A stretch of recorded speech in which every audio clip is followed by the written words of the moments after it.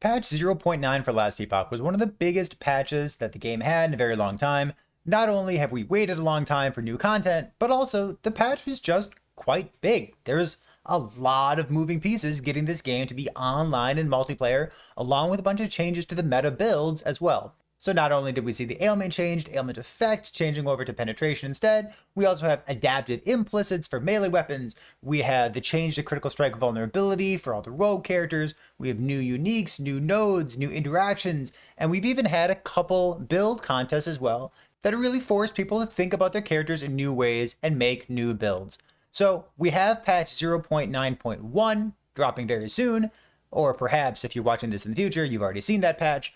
But let's talk about what happened in patch 0.9 and some builds that you may have missed. So this video is going to cover 10 builds that really popped off during patch 0.9. I've grouped some of the builds together. Some of them have some similarities. You might call these archetypes as well, because there's a lot of stuff going on here. But let's start at the very beginning. And this is one of the first builds that I played during the patch, along with some other people. And this build technically existed before patch 0.9.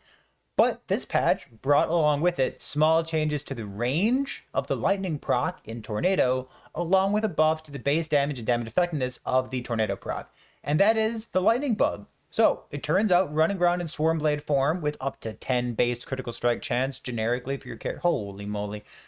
This character has a lot of stuff going for it. It has excellent defenses, excellent offenses as well. It scales with things like attack speed. You can slap on a rune dagger and a katana and you're basically good to go. You can build this character to move nice and fast. You can go slower and be super tanky. You can almost build nothing but health and still have quite a good character. It turns out having the lightning proc from Tornado scale and actually deal damage is an excellent way of building a character. This is one of my favorite characters that I've played this patch. I really encourage people to try it out because there's so many different ways of playing it. But without going too much into it, let's segue into our second category here. Not only small buffs, but we also have new unique items. So the unique item that I want to call out here first is the Harbinger of the Stars. So this is proccing Meteor. Some people might call this the cast on crit belt or the Meteor belt. It is one of the flashiest items that we've ever had in Last Epoch, and one of the most convincing builds that I've seen for it happens to be the Lightning Bug, the build that we just talked about 1 second ago. So as it turns out, when you need to pay mana for your Lightning procs when you're casting them on crit, well, the best way to do that, or one of the best ways to do that, is to use Rage, because you can gain Rage on crit.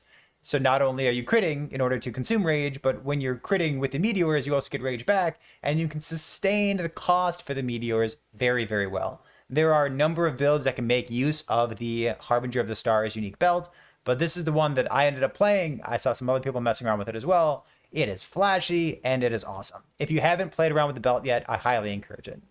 The second unique item that I'd like to call out as a new addition to the game in 0.9 is something that fits in a lot of builds. It has its own build. You can slap it into other characters. You can build around it as much or as little as you want, but it ends up being so cool because spark charges are just that much fun. The item, of course, is Fragment of the Enigma. This is a unique offhand that's relatively easy to get 1 or maybe even 2 LP on for some extra spell critical strike chance, or maybe even some critical strike multiplier, maybe some lightning damage too.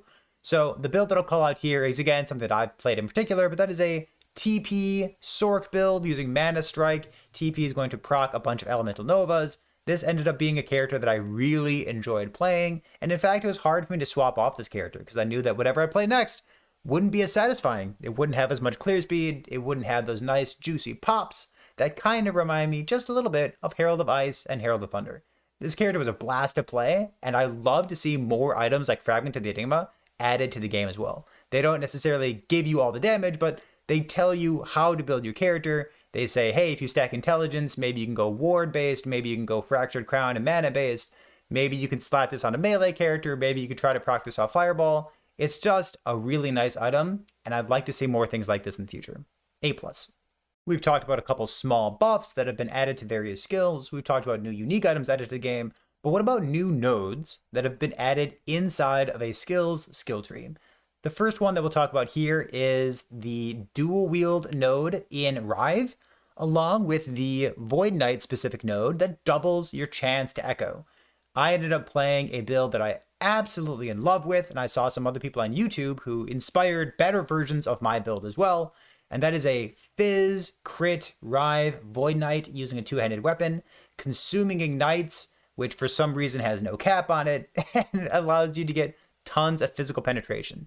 I was doing this with a crit build, but you could technically also do this with a bleed character if you wanted to. This character popped off so hard that I even trimmed off 25% of my damage in order to get an extra layer of defense from Anvil stance.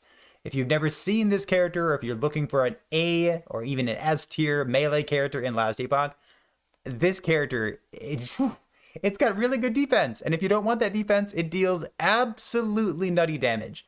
It's the character that I've been using to farm tier 4 jeweler with, and it's very, very fun to play, especially along with the buffed Void Cleave as your movement skill. Speaking of new nodes in a skill that already existed, we have Infernal Shade. Well, kind of Infernal Shade. We've Sacrifice, which is actually a Necromancer skill, but you could use this as a Lich as well. So in Sacrifice, we have a new node called Flickering Shadows. It says if you cast Sacrifice while you control at least one minion, all of your active Infernal Shades have their remaining duration reduced to 2 seconds, but deal significantly more damage for their remaining duration.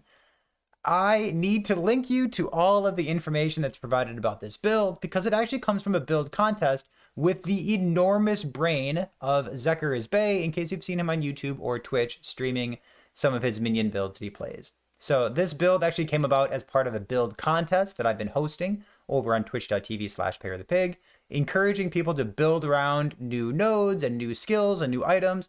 And this happened to be the build contest for Firestarter's Torch. So while Firestarter's Torch in the min-maxed endgame version of the character might not be ideal, the build contest itself encouraged exploration of builds like this. This is a sweet, sweet build, dealing nearly infinite damage as long as you maintain the combo and keep it going for as long as you can.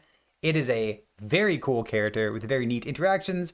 I'm not sure if this is going to be intended or stay around for a long time, but it's a very cool build. You should definitely check this one out. And for our third build that falls in the category of a new node added to an existing skill tree, we have some of the biggest explosions that I've ever seen in Last Epoch. And that's Ballista, the minion totem thing that Rogue has access to. Sure, if you haven't seen this build already, you're in for a treat. This is a build that comes from Bina. He is a YouTuber / Twitch streamer as well. Hopefully you've seen his stuff. And he put together a build using the Armed Construction node in Ballista, which gives you more damage per dexterity and increased area of effect per dexterity. And it turns out when you have over 100 dexterity, this node slaps. You can play Ballista the normal way, having projectiles, hitting an enemy, shooting arrows, but that's boring. We like explosions around here, and this build is absolutely one that you want to check out. We've looked at 6 builds right now. Let's move on to our 7th and also to a new category. One of the big changes in 0.9 was adaptive implicits for melee weapons, which means that if you're playing a fire skill and you're using a one-handed sword, well, all of that implicit flat damage will be converted to fire as well. And the build that really popped off to me was a swipe build. Lightning converted swipe turns out to be incredibly solid in terms of both offense and defense.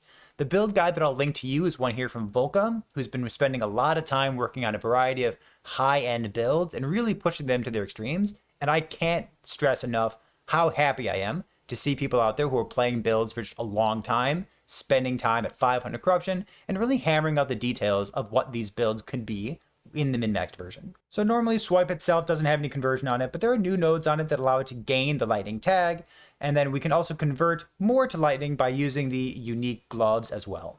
Add to that all the defenses that you get from being in werebear form, along with the nodes at the very top of the werebear skill tree, and the Beastmaster nodes for some aspect of the bear. Aspect of the boar? Aspect of the bear?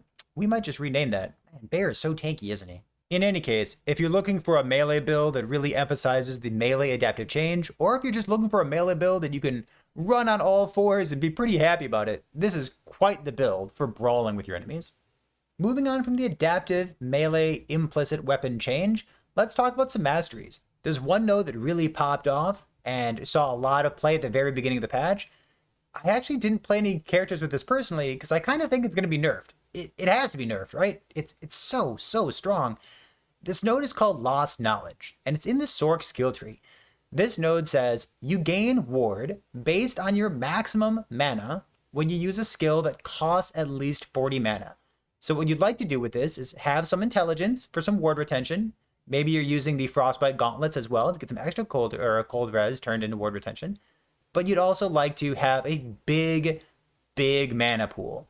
So maybe you are stacking up to 500, 600, the min-maxed versions of these builds, maybe you have 1,000 mana, and every time you right-click, you're gaining 1,000 mana based on your maximum mana. So this node has 10 points in it. You're gaining 1 ward per 1 maximum mana. It's a 1-to-1 ratio. And if you can make this work, it is a quite the layer of defense. The 2 builds here that we'll talk about and showcase real quickly, one will be a Glacier build. Glacier ends up being a very good candidate for this style of build because it has a mana refund mechanic in it. And if you ever go negative on mana, you can simply pop your focus, which will give you a percentage of your maximum mana, and then you can continue to spam your Glacier for quite a long time. It's nuts. The second build that uses Lost Knowledge, well, it's not quite a Sorc skill, but it's going to be a Spellblade that also specs into the Sorc skill tree. Normally, you don't end up building mana on your Spellblades, but when you get to make use of Lost Knowledge, this is a really good way of building up tens of thousands of ward on your Shatter Strike character. So Shatter Strike normally costs less than 40 mana because you're taking the mana efficiency nodes for it. But as it turns out, if you simply don't take the mana efficiency nodes, it still costs over 40 mana, which means it will proc Lost Knowledge. Using this along with Mana Strike to gain mana back on hit, or using the aforementioned focus trick where you go negative on mana, you tap your focus for just a half a second in order to proc the negative mana portion of that skill, and then popping up to maybe 40% of your maximum mana, and then going ham with your Shatter Strike once again. The last sweet build we'll be highlighting on this video here for 0.9 actually comes again from one of the build contests that I've been hosting recently. We talked previously about a Firestarter's Torch build contest, which is where we got the Zecker special build with the infinite damage, technically, with Infernal Shade. This time around, we'll talk about a cooldown submission. So this is a build that comes from Mao X. You might know Mao because of his insistence to play nothing but Lich builds. He's been playing Lich for a very long time. But for this particular build, he ended up playing a Necromancer. And this build uses the cooldown recovery speed that is now available with Opal Ring, CDR in your belt, and CDR in your boots in order to get a very low cooldown on Bone Prison, which means we can cast Bone Prison, which has about 11 minions, or 11 sections to it, and we can stack it 3 times, which is roughly 33 minions, and then cast a sacrifice that sacrifices all of the minions and one-shots most of the monsters in the game. If you're looking for a build that really one-shots and just deals an absolutely absurd amount of damage, this will be a build that you are very interested in. Whether this build is fun to play the rest of the time or whether it's fun to map with, that I will leave that up to you. But this build really makes use excellently of the new cooldown mechanics and the new Opal Rings that are available in the game from 0.9 and takes it to the extreme. And there you have it, my selection of 10 builds that really highlight what's been going on during patch 0.9 and the sweet stuff that's been available. This is not every build. It's not even a list of the strongest builds. It's just the sweet stuff that really highlights the changes that have come into the game. The small buffs, new unique items, new nodes, the changes to the adaptive implicit damage for melee weapons, new masteries, and stuff like Lost Knowledge, and cooldown recovery speed, something that we've never been able to scale in this game before. Who knows what's next? Maybe we'll get increased duration and we can make our buffs last even longer.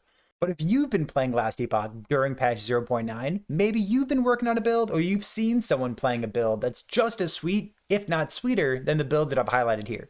Let me know in the comments what you've been up to, and I'll see you in patch 0.9.1. I can't wait to see what's going on there. There's some new unique items that I already know that I want to farm. It's just a matter of whether I'm going to play in hardcore or not. We'll see about that one. But thanks for being here, and I'll see you next time.